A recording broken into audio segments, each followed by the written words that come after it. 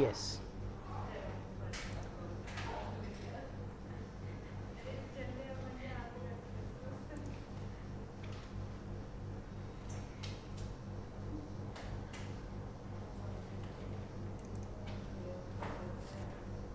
चलिए, so good evening to all of you.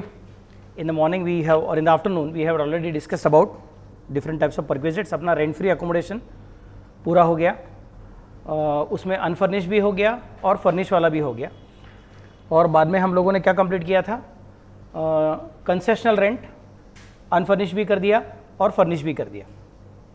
Basic rule क्या बोला हम लोगों ने कि सबसे पहले रेंट फ्री अनफर्निश कैलकुलेट किया करो और उसमें से अगर रेंट वसूल किया रहेगा तो माइनस करो तो कंसेशनल रेंट अनफर्निश मिल जाएगा। उसके बाद में क्या बोला हमने कि अगर तुमको फर्निश्ड रहेगा तो इन दैट केस अनफर्निश्ड के अमाउंट में फर्नीचर की अमाउंट ऐड कर दो, बस काम खत्म। और अगर उसमें भी कंसेशनल रहेगा तो इन दैट केस जितना अमाउंट एम्प्लॉय के पास से वसूल किया हो माइनस करो। This is how the things will be working.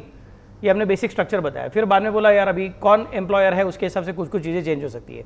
सो अगर एम्प्लॉयर सेंट्रल गवर्नमेंट नहीं तो स्टेट गवर्नमेंट रहेगी तो हम क्या बोलेंगे, licence fee as mentioned in the government by the government that should be considered as value of perquisite if the house is owned by the government and आपको दिया हुआ है तो ओके।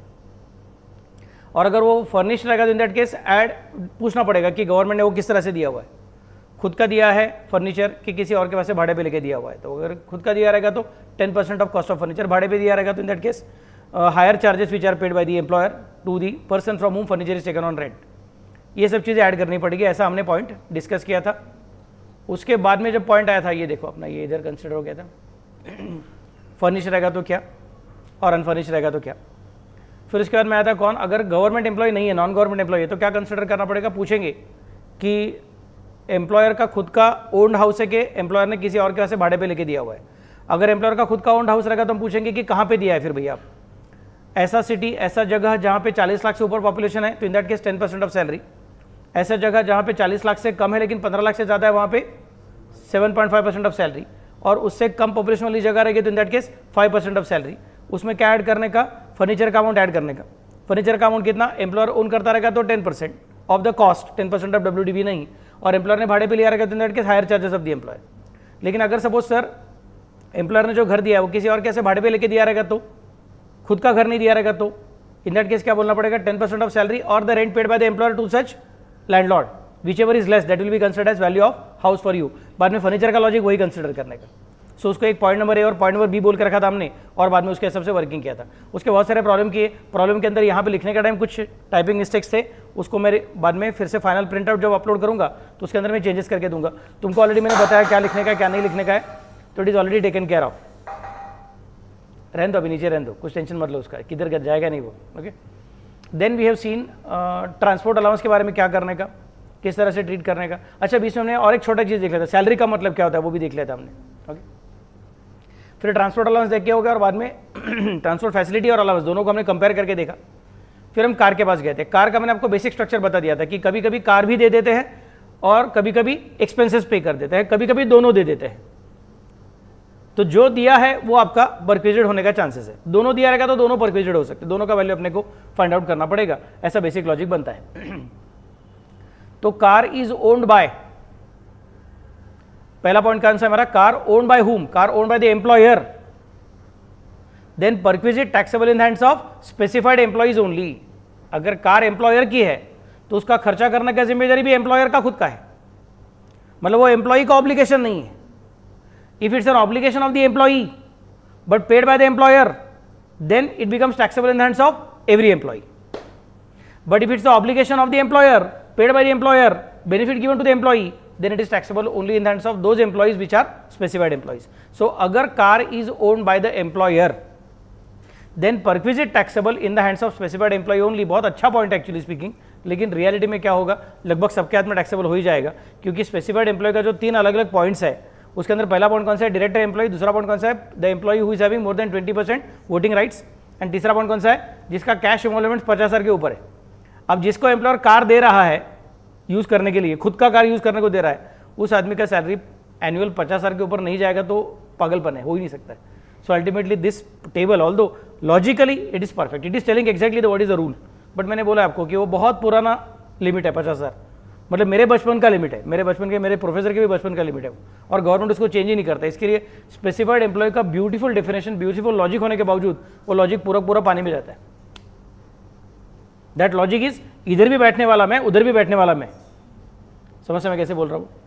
जो एम्प्लॉयर हमेशा लॉजिक क्या कहता है कि एम्प्लॉयर सुपीरियर है और एम्प्लॉय सबॉर्डिनेट है, लेकिन कुछ कुछ सिचुएशन में ऐसा हो जाता है कि एम्प्लॉयर एम्प्लॉई दिखने के लिए एम्प्लॉयर एम्प्लॉई है, बड़ा एज गुड एज इक्वल है, नहीं तो एम्प्लॉय ज़्यादा डिक्टेट कर रहा है और एम्प्लॉयर को बेंड होना पड़ रहा है। अच्छा ठीक है, तू बोलते कर दे, तू बोलते करेंगे। तो इन दैट केस एम्प्लॉई जानबूझ के अपने स्ट्रक्चर को इस तरह से डिजाइन करके लेगा कि परक्विजिट के डेफिनेशन में से बाहर निकलने का कोशिश करेगा। तो उसको पकड़ने के लिए बोल के रखा है कि ऑब्लिगेशन ऑफ एम्प्लॉयर है, एम्प्लॉयर ने खुद का ऑब्लिगेशन पे किया। जैसे कि एम्प्लॉयर ने खुद का रेंट पे किया तो मेरे हाथ में थोड़ी आएगा। एम्प्लॉयर ने ऑफिस का रेंट पे किया, एम्प्लॉयर ने ऑफिस का इलेक्ट्रिसिटी चार्जेस पे किया, एम्प्लॉयर ने ऑफिस का कंप्यूटर का एएमसी पे किया, एम्प्लॉयर ने ऑफिस के एयर कंडीशनर का एएमसी पे किया, थोड़ी मेरे इनकम में ऐड होता है।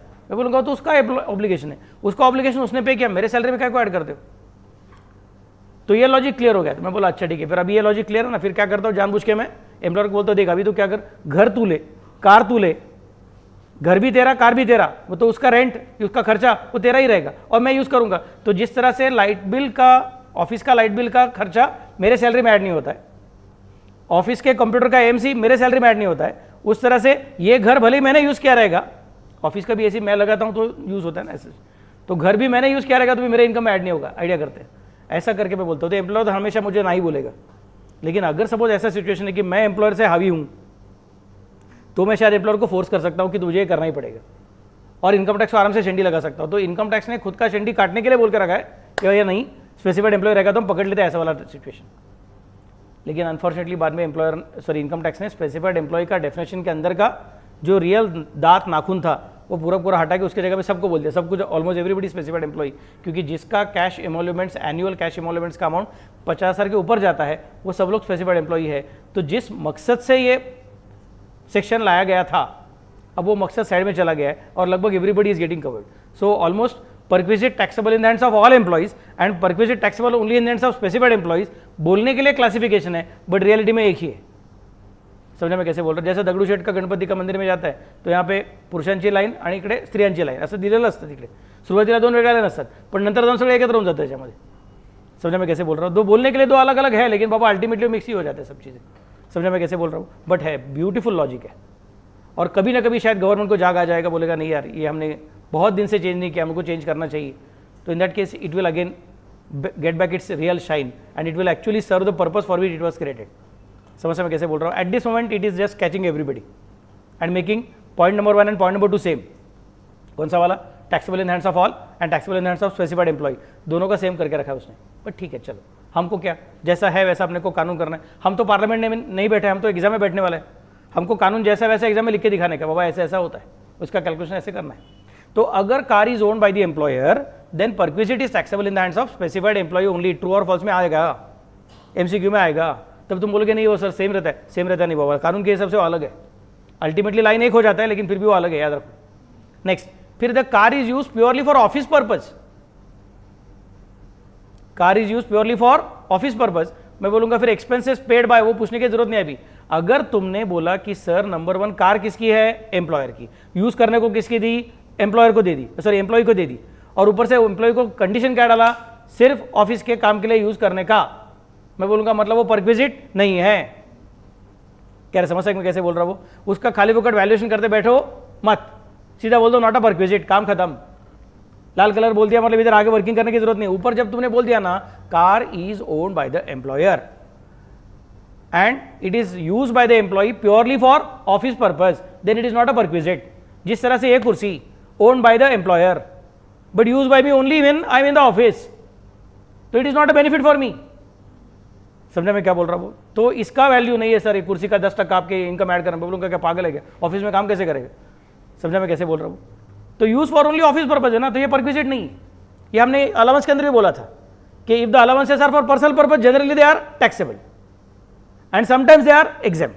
For example HRA, for example children education allowance, for example children hostel allowance and allowances for office purpose in that case generally they are exempt. But exemption कितना रह सकता है? Either the amount of allowance और the amount spend for specified purpose whichever is less, नहीं तो either the amount of allowance और the amount specified limit. वो specified limit का लिस्ट मैंने बोला है एग्जाम के एक दिन पहले पढ़ के जाने का करके। आई hope you have not forgotten what is taught, क्योंकि नया नया चीज़ अभी बहुत सारा आता ही रहेगा। अब तुमको तुम्हारे दिमाग को थोड़ा एक्सपांड करते जाने का है। समझे मैं क्या बोल रहा हूँ? सुबह का टाइम जब आप क्लास में नहीं हो तभी उसको अपना सारा का सारा नोट्स फिर से पढ़ने के लिए, लिखने के लिए चालू करने का है। आपके दोस्त लोग अभी प्रेस्टीज पॉइंट में बैठे हुए रहेंगे तो सुबह 7:30 बजे जाते हैं और लेक्चर चालू करते हैं, आप 12 बजे आते हो।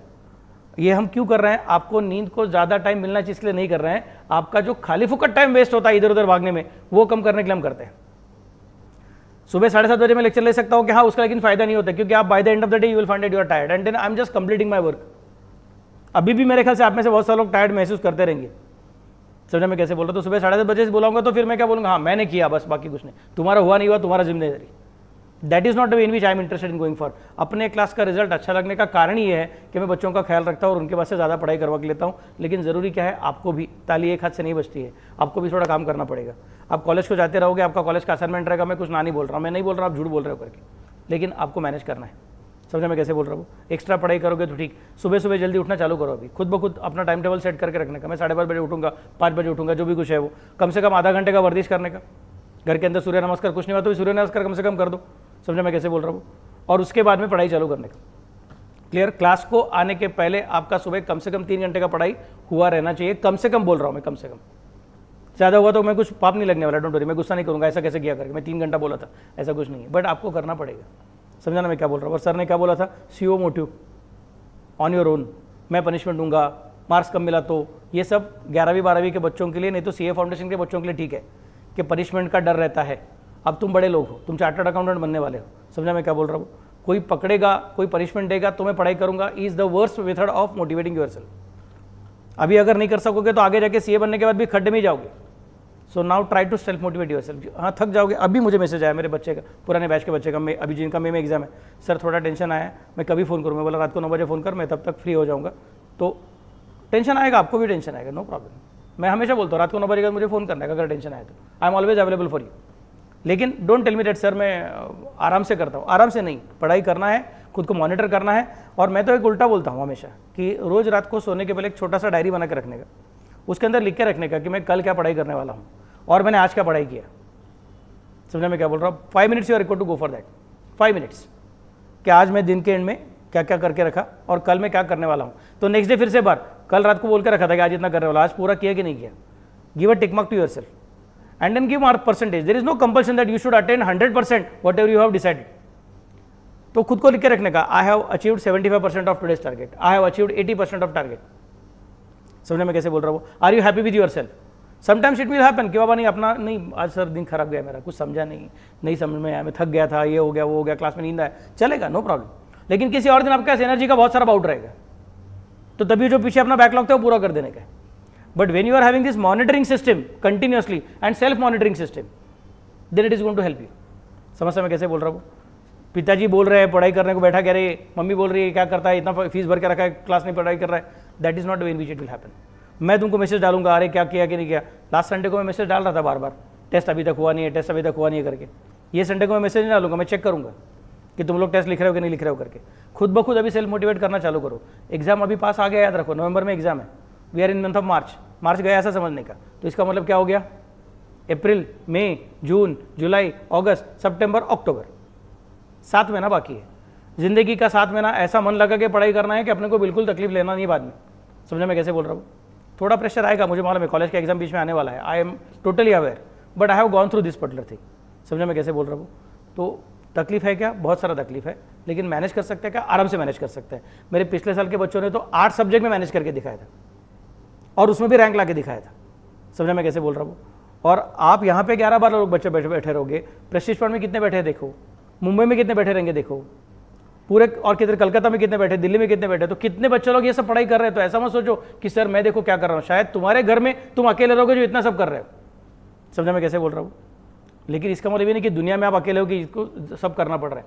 बहुत सारे लोग हैं जो आपसे भी ज़्यादा तकलीफ सहन करते रहेंगे, शायद कि उनको घर में शायद अलग रूम पढ़ाई करने का रहेगा नहीं रहेगा पता नहीं, उनको बुक्स मिलते रहेंगे नहीं मिलते रहेंगे पता नहीं, उनको क्लास ज्वाइन करने का ताकत रहेगा नहीं रहेगा पता नहीं, वो बेचारे यूट्यूब पे इधर उधर अलग अलग क्लास का लेक्चर ढूंढते रहेंगे। समझा मैं कैसे बोल रहा हूँ? But still they are doing that particular thing.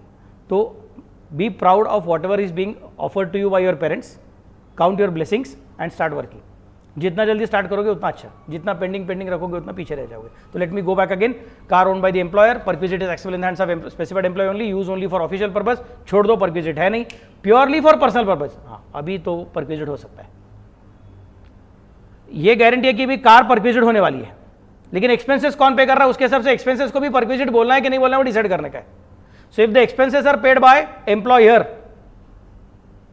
If the expenses are paid by employer, तो बाकी कुछ मत पूछो। पहले क्या पूछा, car own by the employer, use for personal purpose and expenses are paid by employer. I hope you can see my cursor dancing.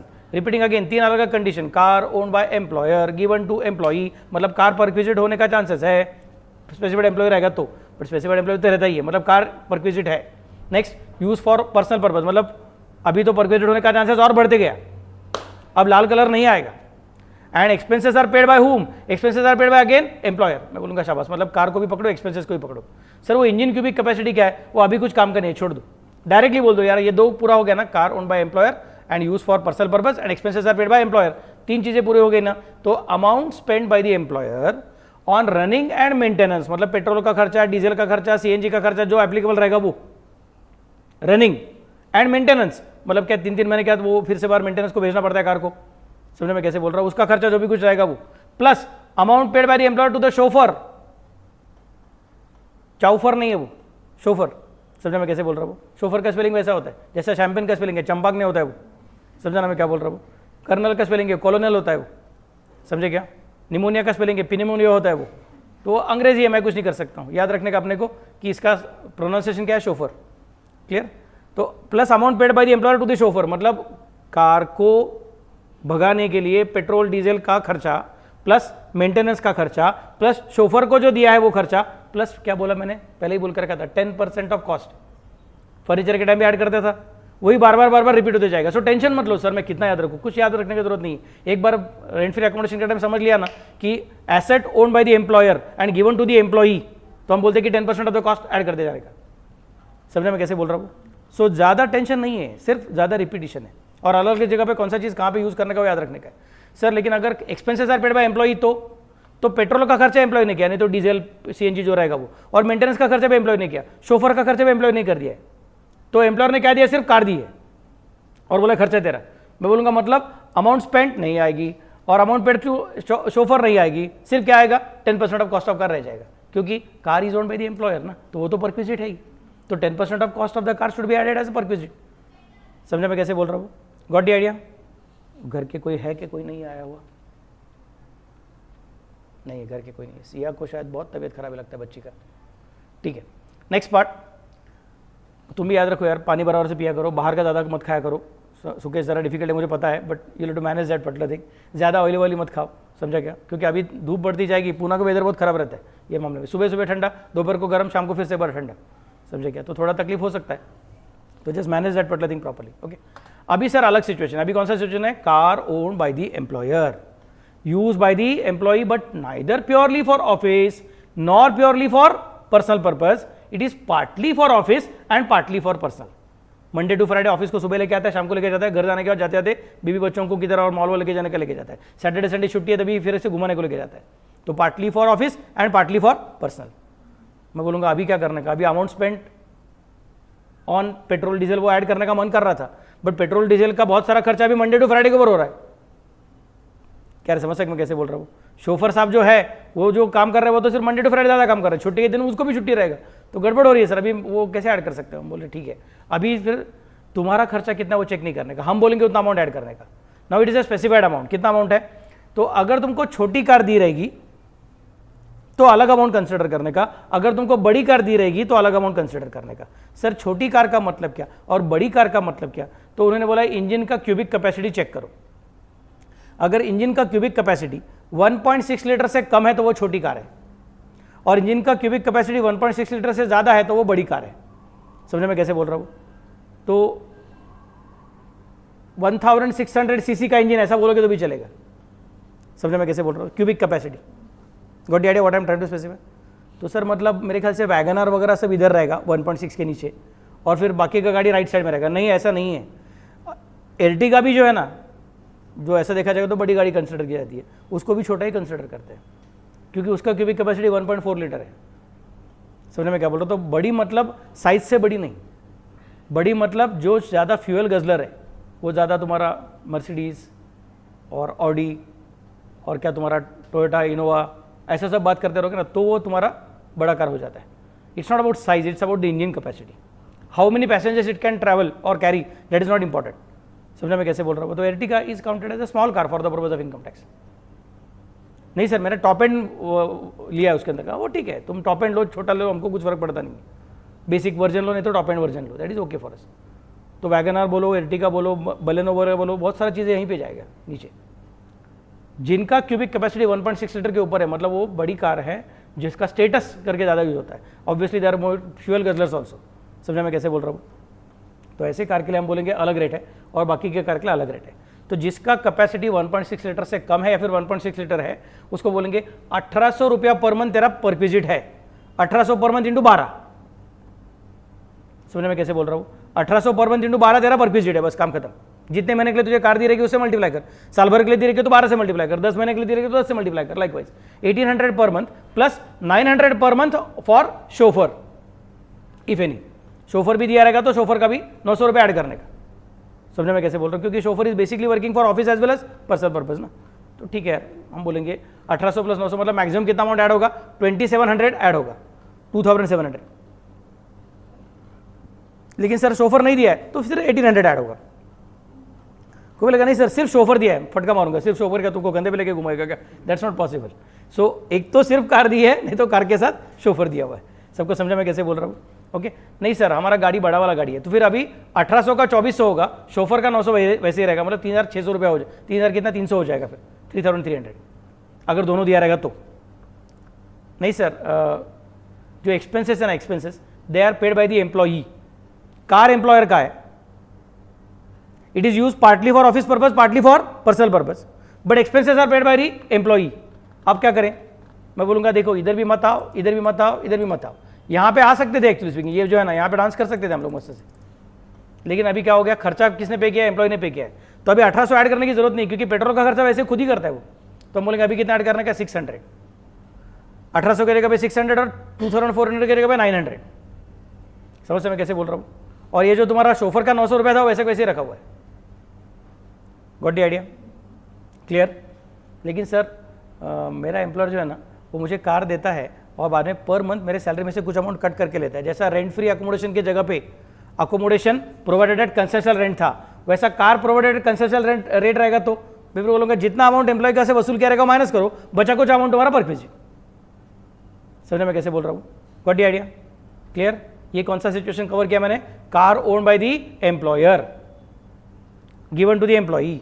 Generally it is taxable only in the hands of specified employees, but हमको मालूम है कि actually it will be covering everybody. Next part, फिर question क्या पूछने का कि खर्चा कौन कर रहा है, सॉरी किस लिए यूज कर रहे हो? ऑफिस पर्पस के पर्सनल पर्पस के पार्टली ऑफिस पार्टली पर्सनल, तीन अलग अलग सिचुएशन. समझे मैं कैसे बोल रहा हूँ? ऑफिस पर्पस रहेगा तो छोड़ दो, पर्सनल पर्पस रहेगा तो पूरा पकड़ लो, और पार्टली ऑफिस पार्टली पर्सनल रहेगा तो then don't look at expenses, look at the specified amounts. समझे मैं कैसे बोल रहा हूँ? फिर कितना अमाउंट से कैसे कैसे डिसाइड करने का, that will depend upon who is making the खर्चा for repairs, maintenance, petrol, diesel, chauffeur वगैरह वगैरह. अगर खर्चा अगर एम्प्लॉई ने किया रहेगा तो सिर्फ कार का अमाउंट ऐड करने का 10% ले लो, और खर्चा अगर एम्प्लॉई ने नहीं किया, एम्प्लॉयर ने किया रहेगा तो कार का अमाउंट 10% ले लो और ऊपर से खर्चे का अमाउंट जो भी कुछ है वो भी ऐड कर दो. नहीं सर लेकिन partly for office partly for personal, मैं बोलूंगा ठीक है फिर इन दैट केस खर्चा कौन कर रहा है? एम्प्लॉयर कर रहा है क्या? तो फिर 1800 प्लस 900 अगर छोटी कार रहेगी तो, और बड़ी कार रहेगी तो 2400 प्लस 900. लेकिन सर वो वैसा नहीं है, खर्चा एम्प्लॉय खुद कर रहा है तो ठीक है 600 प्लस 900. समझा कि मैं क्या बोल रहा हूँ? और दूसरा कौन सा? 900 प्लस 900. धीरे धीरे याद रखना चालू हो जाएगा, समझना चालू हो जाएगा. मैंने टेबल सिंपल करके दिया हुआ है, अगर स्टडी मटेरियल देखोगे तो ऐसा लगेगा कि सी एंटर छोड़ने का मन करेगा. इंस्टीट्यूट ने अच्छा दिया है वो, but they have prepared it from the view point of income tax, not prepared it from the view point of student. जो स्टूडेंट जिंदगी में पहली बार इनकम टैक्स देख रहा है उसको कितना डर लग सकता है, वो इंस्टीट्यूट बोलते नहीं हमको कुछ फर्क नहीं पड़ता, तो सीए बनने वाला ना सोच जो करना है कर ले करके, बट अपने को फर्स्ट अटेम्प्ट में क्लियर करना है. इसलिए थोड़ा समराइज करने के लिए मेरा जो इतने साल का एक्सपीरियंस है आपको मदद करके दे रहा हूँ. लेकिन इतना मदद करने का अगर आप लिखोगे नहीं तो गया सब कुछ पानी में. समझा मैं कैसे बोल रहा हूँ? तो आपको ये खुद को लिखना है बीच बीच में, परक्विजिट वैल्यूएशन के रूल एक नोटबुक बना के रखने का. महीने में एक बार, बस महीने में एक बार किया तो भी चलेगा, 7 बार लिख के हो जाएगा, 7 बार लिखने के बाद अपने आप समझ में आता है। और मैं प्रैक्टिस प्रॉब्लम करके लेता ही हूँ, समझ समय कैसे बोल रहा हूँ। But you have to take the task to yourself now कि मुझे ये करना है। अब ज़्यादा ये मत करो कि हाँ चलो सर मैं बाद में आता हूँ, मेरा कॉलेज में ये चालू है, फेस्ट चालू है वगैरह करके। Yes, everything is done, you do it nicely, but at the same time it should not B balancing time for studies.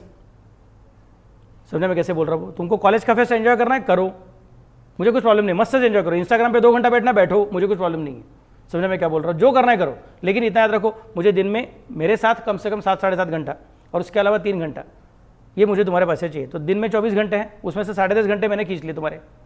समझने में कैसे बोल रहा हूँ। बाकी में तुमको कितना सोना है, कितना खाना है, कितना इंस्टाग्राम पे जाना है, क्या करना है, तुम डिसाइड करो। Don't tell me that sir बचा कुचा टाइम आपको दिया है, मुझे बचा कुचा टाइम नहीं चाहिए। I want to get primary time, everything else should get secondary time. उतना करोगे गारंटी मेरा कि पास हो जाएगा। समझा मैं क्या बोल रहा हूँ। ओके चलो ठीक है। अब दूसरा situation, car own by the employee. अब तो परक्विजिट सबके हाथ में टैक्सेबल होगा। क्यों?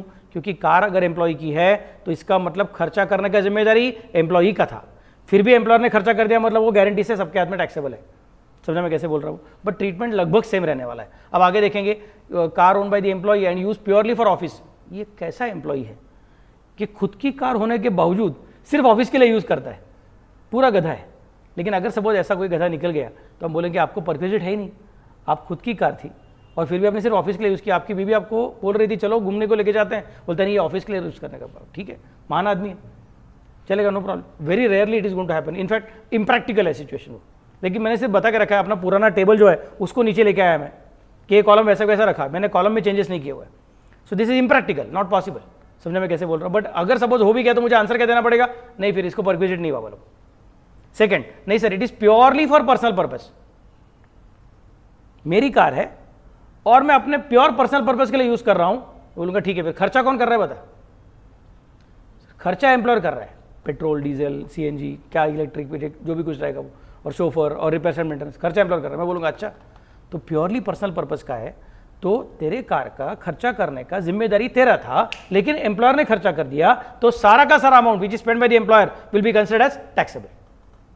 समझ में कैसे बोल रहा हूं। हाँ सर, और ऊपर से 10% ऑफ कॉस्ट ऑफ कार, फटका मारूंगा, कार तो मेरी खुद की है तो अभी 10% of cost of car add नहीं करने का। पहले केस में ऐड कर रहा था, क्यों? क्योंकि कार एम्प्लॉयर की थी। दूसरे केस में ऐड नहीं कर रहा हूं क्योंकि कार मेरी है। तो कार का परक्विजिट है ही नहीं, सिर्फ एक्सपेंसेस का परक्विजिट आया हुआ है। क्या समझ सकते मैं कैसे बोल रहा हूं। इसलिए यहां पे कौन आ गया, amount spend by the employer on running and maintenance plus amount paid by the employer to chauffeur if any. Add 10%, जो इधर लिखा था इधर ऐड 10%, वो नहीं आया। कॉलम सेम वैसे नीचे लेके आया मैं। समझ रहे मैं कैसे बोल रहा हूं। और उसमें तुमको अपने आप कंपेयर करने को आएगा, अच्छा ये ऐसा किया तो ऐसा हो जाता है करके। Got the idea. Next sir, लेकिन अगर सपोज एम्प्लॉय ने खर्चा किया रहेगा तो मैं बोलूंगा अब तो और भी मजे। क्यों? क्योंकि कार किसकी? एम्प्लॉय की। किस लिए यूज करता है? पर्सनल पर्पस के लिए। और खर्चा कौन करता है? एम्प्लॉय करता है। तो जैसा उसके घर में वो टीवी खुद लगाता है, खुद उसका पेमेंट करता है, समझे मैं कैसे बोल रहा हूँ, वो उसका परक्विजिट नहीं, वैसा कार उसका है, खर्चा वो कर रहा है और घर के लिए यूज कर रहा है, तो उसका परक्विजिट का आएगा। परक्विजिट मतलब क्या है? Benefit given in kind by the employer to the employee. Here no benefit is given. उसने खुद ने कार परचेस की, उसने खुद ने चलाई, उसने खुद ने उसका खर्चा किया, तो एम्प्लॉयर ने क्या किया? कुछ भी नहीं किया। कुछ किया नहीं तो ट्रांजैक्शन हुआ ही नहीं ना। ट्रांजैक्शन नहीं हुआ तो परक्विजिट का आएगा। क्या समझ सकते मैं कैसे बोल रहा हूँ। इसके लिए यहाँ पे not applicable, perquisite is not going to be considered. समझा मैं कैसे बोल रहा हूँ। नेक्स्ट, लेकिन sir partly for office and partly for personal रहेगा तो मैं बोलूंगा ठीक है, अभी शायद परक्विजिट बन सकता है, लेकिन याद रख राजा, car is not a perquisite. Car is not a perquisite, only expenses are perquisite and expenses are paid by the employee. मैं बोलूंगा अरे अभी हमने बोला था ना, car is not a perquisite and expenses are paid by employee, तो transaction हुआ ही नहीं, छोड़ दो। तो यहाँ पे आ गया राइट साइड में, एक्सट्रीम राइट साइड में। लेकिन car is owned by the employee, it is use partly for office and partly for personal purpose and the expenses are paid by the employer. तो हम तभी क्या बोलते थे? 1800 प्लस 900 या फिर 2400 प्लस 900 ऐसा बोलते थे। अब मैं क्या बोलूंगा? Actual amount spend by the employer. Employer ने जो एक्चुअल अमाउंट खर्चा किया है वो माइनस 1800 पर मंथ। हम एम्प्लॉयर ने जो खर्चा किया है वो उसमें से 1800 हटाओ, तभी 1800 प्लस 900 बोलते थे। अभी एम्प्लॉयर ने किए हुए खर्चे में से 1800 और 900 हटाते। समझने में कैसे बोल रहा हूं। जो ऊपर ऐड करते थे वो यहां पे लेस करते। Got the idea what I am trying to specify. और वही 2400 और 900 माइनस करते हैं। Got the idea, clear. Then comes the next part, sir अगर उसके वास्ते कुछ रिकवर किया रहेगा तो माइनस कर दो, बचा कुछ amount will be considered as taxable amount of car. Next, अभी तीसरा situation, any other automotive owned by the employee then perquisite is taxable in the hands of all employees. Any other automotive. Automotive मतलब pedalling करके चलने वाली cycle नहीं बोलने का, auto auto मतलब किक मारो बटन दबाओ चलती है, देन इट इज ऑटो. समझा मैं कैसे बोल रहा हूँ? तो रिक्शा रहेगी तो भी चलेगा, टू व्हीलर रहेगी तो भी चलेगा. समझ में क्या बोल रहा हूँ? Any other automotive. कार तो फोर व्हीलर वाली वो हो गया अपना, आप बाकी के जो है मतलब three wheeler and two wheeler बाकी रह गए. समझा मैं कैसे बोल रहा हूँ? Generally three wheeler employer own करके एम्प्लॉय को देने वाला नहीं है, टू व्हीलर भी वो खुद ओन करके उसको देने वाला नहीं है, ये खुद ही परचेस करेगा, एम्प्लॉयर उसका खर्चा करने वाला है. तो employee then perquisite is taxable in hands of all the employees. Use for what? Purely for office तो it is not a perquisite. Purely for personal purpose and खर्चा ऑल्सो मेड बाय एम्प्लॉय, मैं बोलूंगा it is not a perquisite, because मेरी गाड़ी का खर्चा मैं करता हूँ तो काय का परक्विजिट. लेकिन मेरी गाड़ी का खर्चा एम्प्लॉयर ने किया तो amount spend by the employer on running and maintenance will be considered as my expenses. Two wheeler को कोई शोफर देने वाला नहीं है, थ्री व्हीलर को कोई शोफर देने वाला नहीं है. समझा मैं कैसे बोल रहा हूँ? So that is not required to be considered.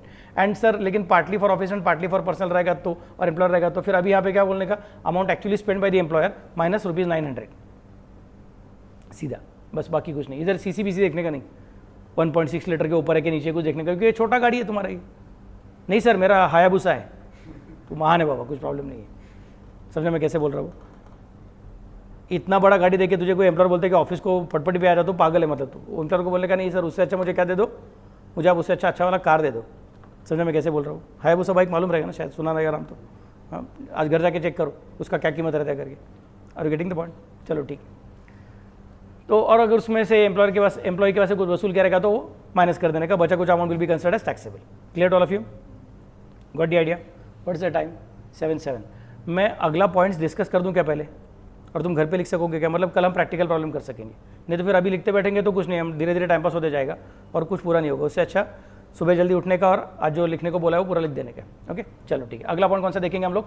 Perquisite in the form of. तुला रात्री ॲक्सेस मिळेल, समजलं का? त्यानंतर मग तू ते गुगल क्लासरूमचा ॲक्सेस मिळेल तुला. तुझा ईमेल ॲड्रेस काय असेल, तुझं पूर्ण नाव @moreclassescommerce.com. मी तुला पिंग करीन की तुझं आता ॲक्टिवेट झालं आहे म्हणून. ते तुझं पूर्ण नाव @moreclassescommerce.com. पूर्ण नाव लक्षात ठेवा. हां म्हणजे फक्त फर्स्ट नेम आणि लास्ट नेम नाही, आणि फक्त इनिशियल नाही, पूर्ण नाव.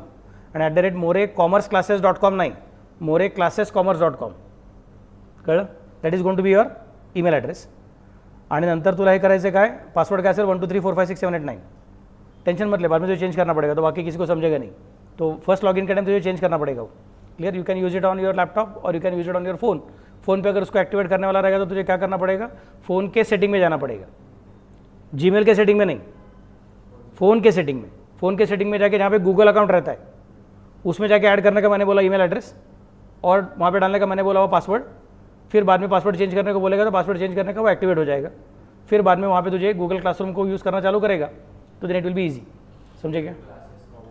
Yup okay. हाँ जी, मैं कहाँ पे था? Perquisite in the form of what? तो it may be either in the form of domestic servant, और it may be in the form of gas, electricity and water, और it may be education facility for the employee और any of his family members.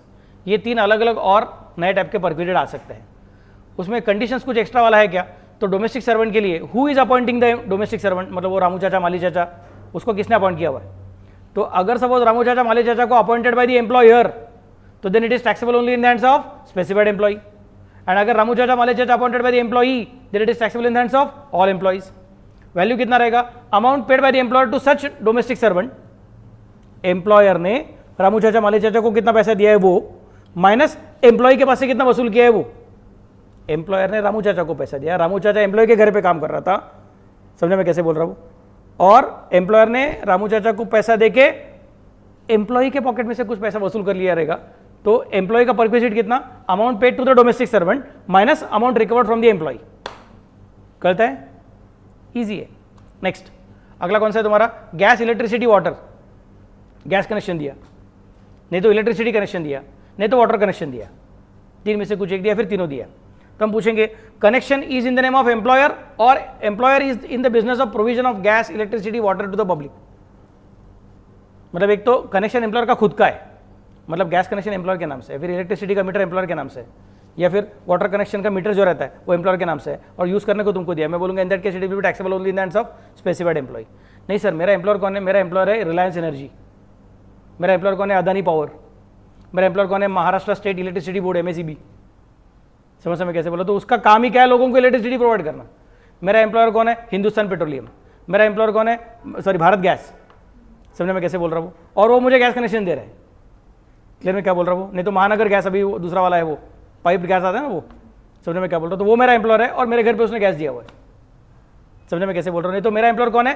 Pune municipality का water department, मैं उधर ही काम करता हूँ और मेरे घर पे वो पानी का कनेक्शन दे रहे हैं। समझने में कैसे बोल रहा हूँ?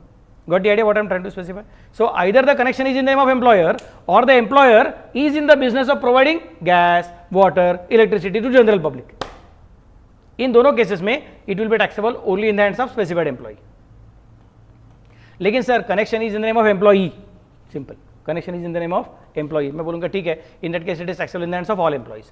सर वैल्यू कैसे कैलकुलेट करने का? स्टेप 1, पहले ग्रॉस वैल्यू कैलकुलेट करो। How to calculate gross value? If the amount is paid by the employer to the agency, then amount paid to the agency. मतलब मैं कौन हूं? मैं हूं इन्फोसिस। तुम कौन हो? मेरे एम्प्लॉय। समझा मैं कैसे बोल रहा हूं? मैं कौन हूं? इन्फोसिस। तुम कौन हो? मेरे एम्प्लॉय। मैं इन्फोसिस होने की वजह से ना मैं गैस सप्लाई के लाइन में हूं, ना मैं इलेक्ट्रिसिटी सप्लाई के लाइन में हूं, ना मैं वाटर सप्लाई के लाइन में हूं। समझा मैं कैसे बोल रहा हूं? लेकिन वो जो इलेक्ट्रिसिटी का मीटर है, गैस का मीटर है, वाटर का मीटर है, वो मेरे नाम से है और मैं तुमको यूज करने को दे रहा हूं। समझ मैं कैसे बोल रहा हूं? तो अगर तुम स्पेसिफाइड एम्प्लॉय रहोगे तो ही टैक्सेबल होगा। Got the idea what I am trying to specify? Clear? या फिर वो तुम्हारे नाम से है, बिल तुम्हारे नाम से है, लेकिन मैं पे कर रहा हूं। मैं बिल पे क्यों कर रहा हूं? क्योंकि मैं गैस सप्लाई नहीं करता हूं, मैं वाटर सप्लाई नहीं करता हूं, मैं इलेक्ट्रिसिटी सप्लाई नहीं करता हूं। मतलब बिल एक तो मेरे नाम से आएगा और मैं पे करूंगा, या फिर तुम्हारे नाम से आएगा और मैं पे करूंगा। कुछ तो एक होने वाला, but that means I am paying to the outside agency, agency who is providing gas, agency who is providing electricity, agency who is providing water. उसका बिल आ रहा है और वो बिल को मैं पे कर रहा हूं। Can you visualize what is happening? समझा मैं कैसे बोल रहा हूं? Okay, so if paid by the employer to the agency, then amount paid to the agency. फिर इन्फोसिस ने एमएसईबी को, इन्फोसिस ने भारत गैस को, इन्फोसिस ने पुणे म्यूनसिपैलिटी का वाटर डिपार्टमेंट को जो बिल पे किया रहेगा, that amount will be considered step 1 का पहला पॉइंट। समझ में कैसे बोल रहा हूं? Second, but if provided by the employer out of his own sources, then cost per unit incurred by the employer. लेकिन मैं कौन हूं? अभी इन्फोसिस नहीं हूं, मैं कौन हूं? भारत गैस हूं। मैं कौन हूं? महानगर गैस हूं। समझ में कैसे बोल रहा हूं? और मैं तुम्हारे घर पे गैस कनेक्शन दे रहा हूं, तो तुमको बिल आएगा क्या? आएगा। कौन देगा बिल? मैं ही दूंगा। तो ये बिल मैं भरने वाला हूं क्या? हाँ भरूंगा। तो किसको दूंगा? खुद को पैसा दूंगा। समझे मैं कैसे बोल रहा हूं? इन्फोसिस पैसा देना अलग बात थी ना, क्योंकि Infosys was buying it from somebody else, whereas now I am Mahanagar Gas, I am Bharat Gas, I am giving you connection and you are consuming gas, and at the end of every month I am required to send you the bill. That bill is again issued by me, and me being the employer I am going to pay it again. तो sir अभी क्या consider करना? बोलते फिर यहाँ पे क्या consider करो? कितना अमाउंट का बिल है वो मत कंसिडर करो, बल्कि कंसिडर करो the cost per unit incurred by the employer. There is a small difference. अगर दिमाग चलाओगे तुमको समझेगा। मतलब जब एम्प्लॉयर का खुद का एजेंसी नहीं है ना वो गैस वाटर इलेक्ट्रिसिटी का, तो then the perquisite is made up of selling price of gas, water और इलेक्ट्रिसिटी सप्लाई। क्योंकि वो बोलते कि जितना बिल पे किया, देखो बिल कैसा रहेगा, वो बिल उनका सेलिंग प्राइस रहेगा। मैं इन्फोसिस हूं, तुम मेरे एम्प्लॉई हो, और एमएसईबी के पास से बिल आता है, तो एमएसईबी का सेलिंग प्राइस रहता है वो। तो when it is this step, then it is a selling price. And when you are saying that नहीं, मैं खुद ही एमएसईबी और मेरे एम्प्लॉय के घर पे मैं इलेक्ट्रिसिटी सप्लाई कर रहा हूँ, मैं खुद ही भारत गैस हूँ, मेरे एम्प्लॉय के घर पे मैं गैस सप्लाई कर रहा हूँ, तो बोलते सर ठीक है, फिर अभी क्या करो, अपना यूनिट कॉस्ट देखो। यूनिट कॉस्ट देखो कि यूनिट सेलिंग प्राइस देखो? यूनिट कॉस्ट देखो। मतलब इधर क्या आया? सेलिंग प्राइस के हिसाब से। इधर क्या आया? कॉस्ट पर यूनिट के हिसाब से आया। सो मतलब इसका पर यूनिट वैल्यू बड़ा रहेगा और इसका per unit value same situation के लिए छोटा रहेगा। So if I am Infosys employee getting gas water connection, then per unit valuation will be higher. But if I am Bharat Gas का employee and I am getting gas connection, और I am MSCB का employee and I am getting gas connection, then Infosys के मेरे दोस्त ने जितना electricity consume किया है उतना ही मैंने कंज्यूम किया रहेगा, तो भी मेरा बिल कम आएगा, मतलब मेरा पर यूनिट कम होगा, क्योंकि उसको सेलिंग प्राइस ऐड होता है, वो बिल के हिसाब से जाता है और मुझे कॉस्ट के हिसाब से जाने को मिलता है। सो मेरा पर यूनिट वैल्यू थोड़ा कम हो जाता है। Can you visualize what is happening? ये छोटा सा पॉइंट याद रखने के लिए, कभी कभी सपोज एमसीक्यू में ऐसा कुछ पूछ दिया तो पता रहना चाहिए कि बाबा यहाँ पे क्या रहता है? बिल प्राइस, और वहाँ पे क्या रहता है? Cost price. समझे मैं कैसे बोल रहा हूँ? नेक्स्ट, फिर स्टेप नंबर 2 में net value amount as per step number 1 minus amount recovered from the employee if any, वो तो हमने बहुत पहले से सीखा, वैसे करते जाते हैं। नेक्स्ट पार्ट, सर अभी एजुकेशन फैसिलिटी की बात करते हैं। ये थोड़ा सा अटपटा है, ज़्यादा याद रखना पड़ता है, बट फिर भी देख लेते हैं। Education facility for the employee और एनी ऑफिस फैमिली मेम्बर्स। ज़रूरी नहीं है कि एजुकेशन सिर्फ एम्प्लॉई को ही दिया रहेगा तो हम छोड़ेंगे या फिर उसको पकड़ेंगे, ऐसा कुछ नहीं है। Even if the education is provided either to the employee और to his family members, the rules are going to catch the situation. क्या बोलते हैं, education facilities maintained by the employer. ये थोड़ा सा हेल्थ फैसिलिटी जैसे, मेडिकल फैसिलिटी जैसा हो गया। मेडिकल फैसिलिटी में क्या बोला था, अगर याद रखा तो पहला point, in the hospital maintained by the employer, दूसरा हॉस्पिटल में approved sorry maintained by the government, तीसरा hospital approved by the chief commissioner for specified diseases. ऐसे 3 अलग अलग पॉइंट था, याद है क्या आपको? उनको तीनों को बोला था fully examined. If the hospital is maintained by the employer, तो मैंने एग्जांपल क्या था तुम लोगों को, रूबी हॉल क्लिनिक में काम करने वाले आदमी का या फिर सह्याद्री हॉस्पिटल में काम करने वाले आदमी का तबियत बिगड़ गया तो उसको बोला अरे बैठो बैठो मत, चलो यार बेड पे लेट जाओ, और उधर उसको ऑपरेशन करके फटाफट उसको ठीक करके घर पे भेज दिया। बिल कितना कुछ नहीं, जाओ घर पे जाओ, नो प्रॉब्लम। क्यों? अपने हॉस्पिटल का बंदा है। समझे मैं कैसे बोल रहा हूँ? तो उसको क्या बोलते थे हम लोग, medical treatment in the hospital maintained by the employer is exempt, medical treatment in the hospital maintained by the government is exempt, medical treatment in the hospital which is approved by the chief commissioner would be exempt if the disease is a specified disease as mentioned by the chief commissioner। ऐसा करके बोला था तभी। आज सुबह उसका problem भी क्या था, पहला पॉइंट्स वही डिस्कस किया था मैंने आज, पहला 15-20 मिनट उसके बारे में डिस्कस किया था। आज कल का प्रॉब्लम जो तुमको घर पे सॉल्व करने को बोला था वो मैंने आज डिस्कस किया था। अब एजुकेशन फैसिलिटी में वही बोल रहे हैं, शुरुआत क्या बोल रहे हैं वो लोग, जैसा वहां पे hospital maintain by the employer वैसा यहाँ पे education facility maintain by the employer. मतलब मैं कौन हूं, मैं MIT में काम करने वाला प्रोफेसर हूं।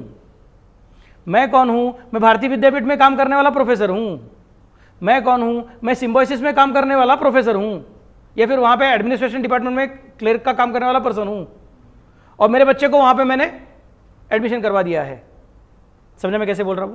Can you visualize what is happening? Okay, so if the education facility is maintained by the employer, या फिर आपको शायद पता रहेगा पता नहीं रहेगा, बट थाना में, वी आर इन पुणे, थाने करके एक जो स्टेशन है मुंबई के पास का सेकंड बिग सिटी, तो थाने में क्या है, वहाँ पे एक JK करके स्कूल है, JK स्कूल बहुत फेमस स्कूल है, JK स्कूल। और JK स्कूल किसने मेंटेन किया हुआ है? It is maintain by Raymond's company.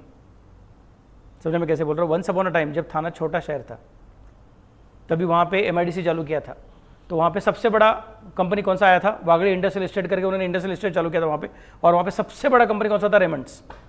समझे मैं कैसे बोल रहा हूँ? तो ऑलमोस्ट जंगल था सब चीज़ें, तो वहाँ पे काम करने को कोई आने को तैयार नहीं रहता था। समझे मैं कैसे बोल रहा हूँ? एक तो स्टेशन एक जगह पे, उससे काफ़ी अंदर जाने का, और उस जंगल जैसा सारा का जगह कौन आएगा? तो JK ने क्या बोला फिर, हम लोग हॉस्पिटल भी यहीं पे मेंटेन करेंगे, हम लोग स्कूल भी यहीं पे मेंटेन करेंगे, हम लोग बेस्ट क्वालिटी के प्रोफेसर्स टीचर्स यहाँ पे लाएंगे और बेस्ट क्वालिटी के डॉक्टर्स यहाँ पे लाएंगे, तो हमारे फैक्ट्री में काम करने वाले वर्कर को चिंता करने की जरूरत नहीं है, फैक्ट्री कॉम्प्लेक्स अंदर आपको सब चीज़ें मिल जाएगी। समझ मैं कैसे बोल रहा हूँ? जैसा उधर वो जमशेदपुर में टाटाज ने किया था। समझे मैं कैसे बोल रहा हूँ? या फिर शाहपुर में JSW जिंदाल स्टील वर्क्स उन्होंने भी किया हुआ है। समझे क्या मैं क्या बोल रहा हूँ? They run the show. तो उनका मेन बिजनेस क्या है? रेमंड्स कपड़ा, बट साथ में क्या कर रहे हैं? School maintain by the employer. तो उसके जो फैक्ट्री में काम करने वाले लोगों के बच्चे हैं वो स्कूल में वहीं पे जाते हैं, और JK स्कूल बहुत अच्छा क्वालिटी मेंटेन करता है। JK का हॉस्पिटल भी था और अभी भी है मेरे ख्याल से, वो भी अच्छा क्वालिटी मेंटेन करता है। वो आनंद दिघे, अगर आपको पता रहेगा तो पिक्चर बीच में आया था इसमें, तो उनका जब डेथ हुआ था तो जिस हॉस्पिटल में डेथ हुआ था और वहाँ पे मारामारी हो गया बहुत सारा, that hospital is JK hospital again, Singhani hospital बोलते उसको करके। समझे मैं क्या बोल रहा हूँ? तो the point is education facility owned by the employer और मेंटेन बाय द एम्प्लॉयर। मतलब जरूरी नहीं कि वो कॉलेज का ही एम्प्लॉय रहना चाहिए, ही can be employee of JK that is Raymonds and studying in the college और school maintain by Raymonds, that is also okay. समझे मैं कैसे बोल रहा हूँ? तो in that case education facility maintain by the employer रहेगा तो it is taxable only in the hands of specified employee. यहाँ पे एग्जाम नहीं है। मेडिकल में क्या बोला था? अगर hospital is maintain by the employer तो एग्जाम, यहाँ पे क्या बोला? It will be taxable only in the hands of specified employee and employer directly pays और रीइंबर्सेस एजुकेशन फीस। मतलब एम्प्लॉयर का खुद का स्कूल नहीं है, कॉलेज नहीं, कुछ नहीं है, वो बोलता है आपको जो अच्छा लगे वो स्कूल में डालो और उसका फीस कितना है बोलो, वो फीस मैं डायरेक्टली भर दूंगा, नहीं तो आप फीस भर के आ जाओ, मुझे रिसीट दिखाओ, मैं आपको फीस रीइंबर्स करके दूंगा। समझे मैं कैसे बोल रहा हूँ? तो हम बोलेंगे इन that case it is taxable in the hands of all employees, क्योंकि यहाँ पे obligation is of the employee and paid by the employer, that means it is taxable in the hands of all employees. Got it? Sir value कैसे calculate करने का? Step 1, gross value calculate करो। कैसे calculate करने का?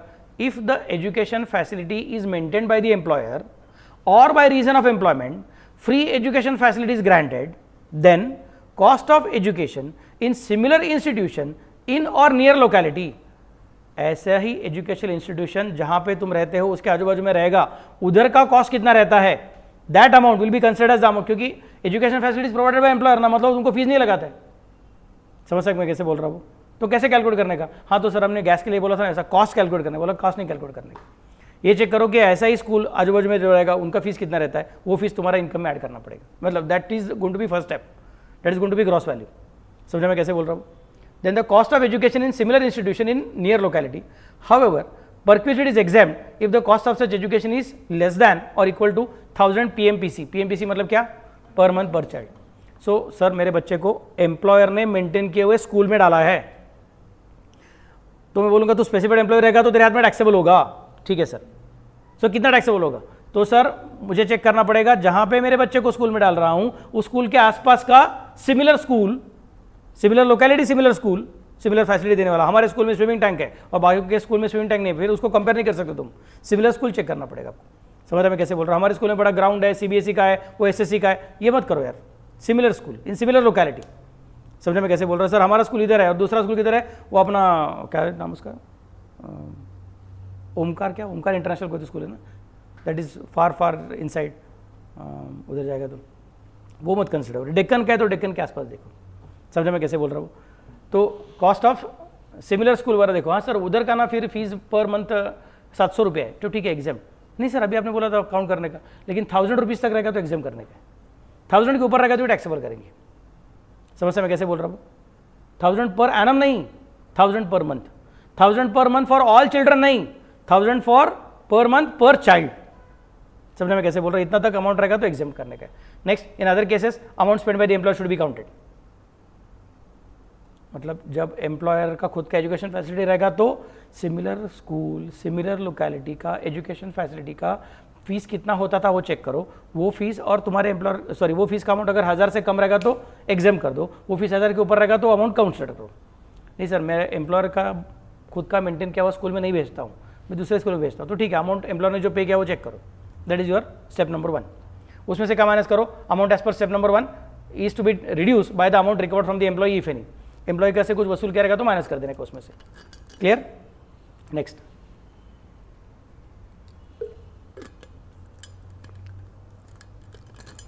Now next is perquisite in the form of free और concessional tickets to employee और family members. तो अभी क्या हो रहा है, वो जर्नी के लिए वो पर्सनल रहेगा, प्राइवेट जर्नी रहना चाहिए, मतलब इधर पर्सनल जर्नी है तो प्राइवेट जर्नी है। And facilities provided by the employer from the conveyance use for his own business. तो एम्प्लॉयर का खुद का क्या काम है? ऐसा ट्रैवल टूरिज्म का ही काम है, और वो एम्प्लॉई के फैमिली मेंबर के लिए या फिर एम्प्लॉई के लिए प्राइवेट टूर के लिए उसको ट्रांसपोर्ट का बेनिफिट देता है। हमने बोला था ना यहाँ पे, इधर इधर बोला था, देखो कार के पहले बोल कर रखा था ना इधर, ये वाला फॉर प्राइवेट। इधर क्या बोला था? Taxable in the hands of specified employee as per valuation rules. मिला क्या आपको सबको? ये वैल्यूएशन रूल्स अभी हम कंसिडर कर रहे हैं। Got the idea? Okay.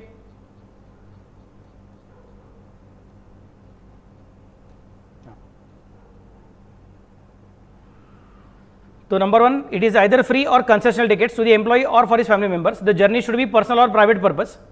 Official purpose का जर्नी रहेगा तो वो टैक्सेबल है ही नहीं, उधर टेबल में बोल कर रखा था अभी हम लोगों ने। Next, and facilities provided by the employer from the conveyance use for his own business. Conveyance म्हणजे काय? ते जे तुमचं व्हेकल आहे ते vehicle is use for the business, बिझनेससाठी वापरल्या जाणाऱ्या व्हेकलमधूनच त्याने एम्प्लॉयला फ्री तिकीट देऊन टाकलं।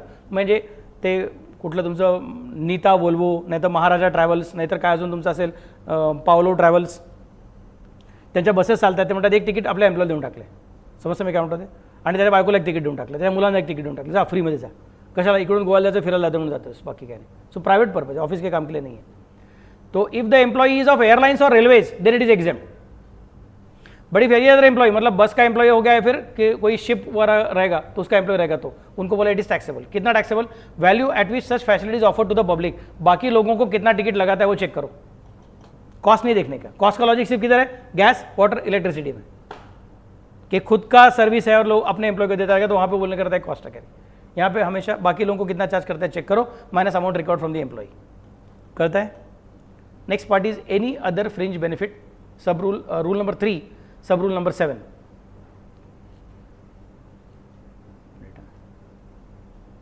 Yup, perquisite in the form of what? Interest, sorry interest free और कंसेशनल रेट का लोन। आपके जो अंकल आंटी पहचान के लोग बैंक में काम करते रहेंगे, बैंक में, तो आपको समझाएगा कि बैंक उनको क्या करता है, हाउसिंग लोन उनको चाहिए रहेगा तो उनको रेट ऑफ इंटरेस्ट कम लगता है। हम लोग अगर बैंक में हाउसिंग लोन लेने को जाएंगे अपने को 8%, 10% जो रेट चालू रहेगा वो लोग लगा देंगे, बट अगर बैंक का एम्प्लॉय रहेगा तो उसको 3%, 2% ऐसा रेट लगाएंगे। समझे मैं कैसे बोल रहा हूँ? तो सर उसका फायदा हो गया ना, अगर वो बैंक का एम्प्लॉय नहीं है तो उसको 8% भरना पड़ता है, अभी उसको 2% ही भरना पड़ेगा, लोन उतना ही मिलेगा, उतना ही पीरियड का लोन मिलेगा, बट रेट ऑफ इंटरेस्ट कम रहेगा तो उसका 6% बच गया, 7-8% बच गया, बचा हुआ पैसा अपने जिंदगी में रंग भरने के लिए यूज करेगा। समझे मैं कैसे बोल रहा हूँ? तो हम बोलेंगे यार इसको परक्विटेड बोलना चाहिए। कैसे परक्विटेड बोलने का फिर? तो other conditions, it can be for any purpose. हम ये नहीं बोल रहे कि loan should be only for housing, the loan can be for housing, for buying car, for marriage of daughter और for sending the child to education, for education, जो करना है करके, हमको कुछ फर्क नहीं पड़ता है। The loan can be for any purpose, it can be to the employee और एनी अदर फैमिली मेंबर। ये तो हमने बहुत पहले ही बोला था, perquisite means perquisite can be given either to the employee और टू द स्पाउस और टू द चिल्ड्रन और टू द पेरेंट्स और टू द सर्वेंट्स और any other person who is dependent on the employee, ऐसा बोला था। तो यार it can be given to the employee और any other family member, it can be given by the employer और any other person on his behalf. ये खतरनाक point है, मतलब मैं कौन हूं? मैं हूं इन्फोसिस, तुम मेरे एम्प्लॉय हो, मतलब तुम बैंक के एम्प्लॉय हो ही नहीं। लेकिन इन्फोसिस ने स्टेट बैंक ऑफ इंडिया के साथ एक कॉन्ट्रैक्ट करके रखा है कि अगर इन्फोसिस का एम्प्लॉय आता है तो बाकी लोगों के लिए अगर आप 8%, 10% रेट ऑफ इंटरेस्ट लगाते हो तो इन्फोसिस के एम्प्लॉय के लिए 4% लगाओ। बैंक बोलेगी ऐसा क्यों, हमारा नुकसान होगा? इन्फोसिस बोलेगा देखो भाई, अगर आप ऐसा करोगे तो मैं मेरा कंपनी का बैंक अकाउंट आपके पास ओपन करूंगा, फिर मेरे कंपनी का बहुत सारा पैसा आपके पास रहेगा, मेरे एम्प्लॉय का सबका सैलरी अकाउंट में आपके कंपनी में, आपके बैंक में ओपन करने को बोलूंगा। समझ मैं कैसे बोल रहा हूँ? मेरे पास 15,000 एम्प्लॉइज है, 15,000 लोगों का अकाउंट हमारे पास तैयार हो जाएगा। अभी लोग बैंक अकाउंट ओपन किया तो क्या करेंगे फिर? They will take loan from you, they will take credit card from you, they will take insurance from you, बाकी का तुम्हारा बाकी का क्रॉस सेलिंग रहेगा, सब चालू हो जाएगा। समझे मैं कैसे बोल रहा हूँ? ऊपर से they will put fix deposit in your bank, तो तुम्हारा फायदा हो जाएगा। देखो बिजनेस चाहिए रहेगा तो बोलो, मैं यही बार्गेन करने वाला हूँ, मैं इन्फोसिस हूँ, मैं मेरे एम्प्लॉइज़ को लोन लेने का है तो मैं खुद लोन देने वाला नहीं हूँ, बैंक के पास जाने को बोलूँगा। जो बैंक मेरे एम्प्लॉय को 3% रेट ऑफ इंटरेस्ट पे लोन देने को तैयार है, उस बैंक के पास में मेरा अपना खुद का अकाउंट ओपन करने को तैयार हूँ। सब एम्प्लॉय को बोलूँगा अपना सैलरी अकाउंट वहाँ पे ओपन करो, वहीं पे सब ट्रांजेक्शन होते जाएंगे। बैंकर बोलेगा अच्छा है ना, इतना बड़ा क्लाइंट मिल गया, झंझट नहीं ना। तो there is a chance that I am not giving loan. तो कोई बोलेगा सर देखो परक्विजिट में क्या है, the employer should have given interest free loan. बोलते हैं नहीं, number 1 loan can be for any purpose, number 2 loan can be given either to the employee और to the family member of the employee. Loan may be given either by the employer और by any other person on behalf of employer, but on behalf of employer होना जरूरी है। क्या समझ सकते मैं कैसे बोल रहा हूँ? तो वैल्यू कितना? ग्रॉस वैल्यू पहले कैलकुलेट करने का, interest computed at the rate charge per annum by SBI. नहीं सर हम तो बैंक ऑफ बड़ौदा से लोन ले रहे हैं, दैट इज ओके, लेकिन हम लोग एसबीआई को बेंचमार्क कंसिडर करते हैं कि एसबीआई का रेट क्या वो चेक करने का है। Interest computed at the rate charge per annum by SBI as on the first day of the relevant previous year in respect of loans for the same purpose advanced by it on the maximum outstanding monthly balance। Sir नहीं समझा क्या है करके, English है, इसका एक practical problem करने वाला हूँ तो फट से समझेगा, इजी है, टेंशन मत लो। जिस साल का परक्विजिट कैलकुलेट करने का है उस साल के फर्स्ट डे को, उस साल भर में अलग अलग टाइम को नहीं, उस साल के फर्स्ट डे को एसबीआई ने ऐसे टाइप के लोन के लिए क्या रेट ऑफ इंटरेस्ट लगाया था, वो रेट ऑफ इंटरेस्ट पकड़ो और उसका मंथली आउटस्टैंडिंग बैलेंस जो है वो आउटस्टैंडिंग बैलेंस के ऊपर लगा दो, तुमको इंटरेस्ट का अमाउंट मिल जाएगा कि एसबीआई के पास से उसने अगर लोन लिया रहता तो इतना इंटरेस्ट भरना पड़ता था। And from that step number 2 amount as per step number 1 minus amount actually record from the employee. तो एसबीआई का रेट कितना है? सपोज 60% है, 7% है, और आपका बैंक ने फिर आपके एम्प्लॉयर ने आपको कितना लगा दिया है? 2% लगा दिया। मैं बोलेंगे फिर बाकी का जो बीच का 5% rate will become your taxable amount. समझ मैं कैसे बोल रहा हूँ? नेक्स्ट वन कौन सा है तुम्हारा? Travelling, touring, accommodation there. Travelling के लिए, टूरिंग के लिए या फिर अकोमोडेशन के लिए, वहाँ पे जाता है तो उसके लिए वहाँ के अकोमोडेशन के लिए अगर एम्प्लॉयर ने कंचा कर दिया है, it can be either for the employee और his family members. It should not be as a part of LTC. LTC का मतलब क्या? Leave travel concession. उधर रहेगा तो ऑलरेडी एग्जाम कैसे करने का मैंने कल बता दिया था, ये अदर देन एलटीसी है। एलटीसी में हमने क्या बोला था? It should be only for travel. उधर खाने पीने का, रहने सहने का खर्चा कवर नहीं किया था, याद है क्या आपको सबको? यहाँ पे क्या बोल रहा है? ट्रैवल का भी पकड़ सकते हैं, टूरिंग का भी पकड़ सकते हैं और अकोमोडेशन का भी पकड़ सकते हैं। वो क्या बोल रहा था? 10(5) का एग्जाम्पशन कैसे कैलकुलेट करने का, और यहाँ पे क्या बोल रहे हैं हम लोग? परक्विजिट का वैल्यू कैसे कैलकुलेट करने का बोल रहे हैं। समझ मैं कैसे बोल रहा हूँ? Okay, it should not be part of LTC. Step 1 gross value. If the expenditure is on holiday and employer is not in touring business then the amount spend by the employer. तो वो employee घूमने को गया है मस्त से, India के अंदर इंडिया के बाहर, उधर का हॉलीडे का एंजॉय कर रहा है और उसके लिए एम्प्लॉयर खर्चा कर रहा है। बोलूँगा एम्प्लॉयर का खुद का ट्रैवल टूरिज्म का बिजनेस है क्या, वो वीणा टूर्स है क्या, वो केसरी टूर्स है क्या, SOTC है क्या, थॉमस कुक है क्या? अगर रहेगा तो अलग बात है, नहीं रहेगा तो in that case amount paid by employer for the tour of the employee, for personal purpose वाला है ना ये इसके लिए। Next sir, if the expenditure is on holiday and the employer is in the touring business, मतलब Veena Travels ने, Kesari Travels ने, SOTC ने, थॉमस कुक ने अपने एम्प्लॉय को छुट्टी पे भेजा, समझने में कैसे बोल रहा हूँ, और उसका खर्चा खुद किया, खुद के इसमें से and employer is in touring business, the amount charge by the employer to general public. तो ऐसा ही टूर को अगर किसी और को बेचता है तो एम्प्लॉयर कितना चार्ज करता है वो चेक करने का, समझने में कैसे बोल रहा हूँ। यहाँ पे एम्प्लॉयर का कॉस्ट नहीं कंसिडर करने का, अगेन एम्प्लॉयर का सेलिंग प्राइस कंसिडर करने का। Clear? Next part, if the tour is official and expenditure is on the accompanying family member then amount spend by the employer. अभी परसों मेरी US की एक दोस्त है, उसका हस्बैंड वहाँ पे बड़ा आर्किटेक्ट है and she is a software engineer. तो उसका 2 मार्च को बर्थडे था and then she said that Anand मैं अभी हवाई को जा रही हूँ। मैं बोला अरे वेरी नाइस, एंजॉय करो।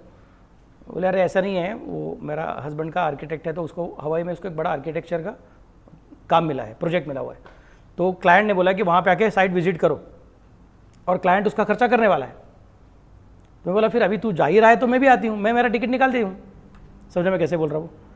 तो यहाँ पे क्या हुआ, the client has paid for the architect and architect wife has spend out of her own pocket. अभी सपोज ये उल्टा रहेगा तो थोड़ा अलग सिचुएशन रहेगा, तो हियर यू कैन अंडरस्टैंड कि किस तरह से काम चलता है करके। अभी ऐसा रहेगा तो कि सपोज मैं E&Y में नहीं तो PwC में काम पे गया हूँ, क्लियर मैं क्या बोल रहा हूँ। उन्होंने बोला कि सर एक बड़ा कॉन्फ्रेंस है, इंटरनेशनल कॉन्फ्रेंस है, आपको उसके लिए लंदन को जाना पड़ेगा। मैं बोला ठीक है जाता हूँ। मेरी बीवी ने बोला अरे आनंद तू लंदन को जा रहा है, 10 दिन के लिए नहीं रहेगा, चल मुझे भी लेके चल। मैं बोला अरे यार खर्चा हो जाएगा, तू एम्प्लॉयर को पूछ देना, तू इतना इंपॉर्टेंट पर्सन है अपने कंपनी में, तो तू बोलेगा तुझे करके देंगे। मैं बोलता ठीक है चलो। फिर मैं एम्प्लॉयर को पूछा कि देखो मेरी बीवी आना चाहती है, उसका भी टिकट निकालोगे क्या?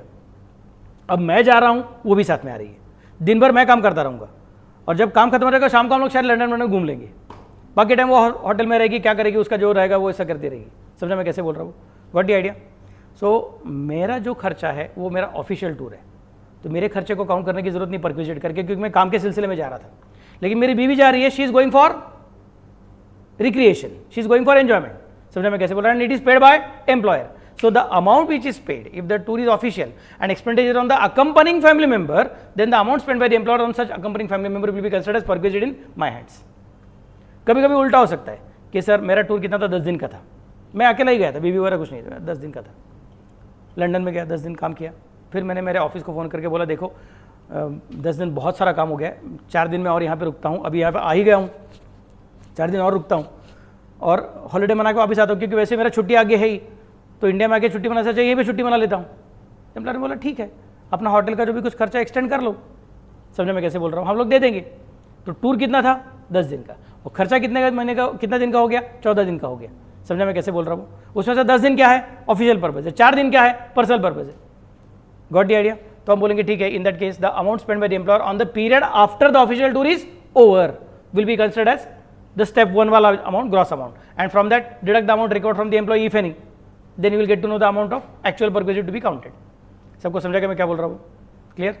और वो जो अपना लोन वाला था ना, उसमें कुछ एग्जाम्पशन भी है कि if the total interest in the year is less than और इक्वल टू 20,000, तो फिर उस लोन को हम लोग छोड़ देते हैं। हम अगर उसका एनुअल इंटरेस्ट का अमाउंट जो है वो 20,000 से कम रहेगा तो वो वाले इंटरेस्ट को हम लोग परक्विजिट करके ऐड नहीं करते हैं। And if the loan is for treatment of specified diseases, loan जो दिया है वो डिसीज का ट्रीटमेंट के लिए पैसा कम पड़ रहा है, इसके लिए लोन लेके बाद में उसको इंटरेस्ट बढ़ता रहेगा, तो और वो इंटरेस्ट कंसेशन रेट पे रहेगा, हम उसका परक्विजिट नहीं काउंट करते। बोलते भगवान ने तेरे साथ बहुत सारा नाइंसाफी किया है और तेरा एम्प्लॉयर तुझे मदद कर रहा है, तो हम लोग उसमें झपटेंगे नहीं।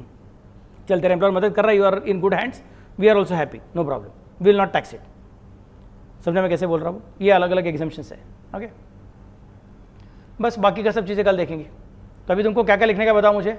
दिस इज पेज नंबर 56 और तुमको कहाँ से स्टार्ट करना है लिखने के लिए। ये हो गया ना अपना सुबह, ये लिखा है सुबह कि नहीं लिखा है सुबह, लिखा है ना। तो फिर ऐसा करो ना, ये ट्रांसपोर्ट लिखा है ना, इसके नीचे पहले ये वाला लिखो, कार मत लिखो, इसके नीचे पहले ये वाला लिखो। कौन सा, पेज नंबर 55 का बॉटम वाला। क्या समझ सकते मैं कैसे बोल रहा हूँ, वो ट्रांसपोर्ट का टेबल तुमने जो सुबह लिखा है ना, उसके नीचे पेज नंबर 55 का बॉटम वाला टेबल लिख दो। वो होने के बाद फिर कार के पास आ जाओ, कार के 3 पेजेस पूरे करो। समझा मैं कैसे बोल रहा हूँ? कार के 3 पेजेस पूरे करने के बाद फिर ये domestic servant, gas, water, electricity और एजुकेशन फैसिलिटी वो पूरा करो।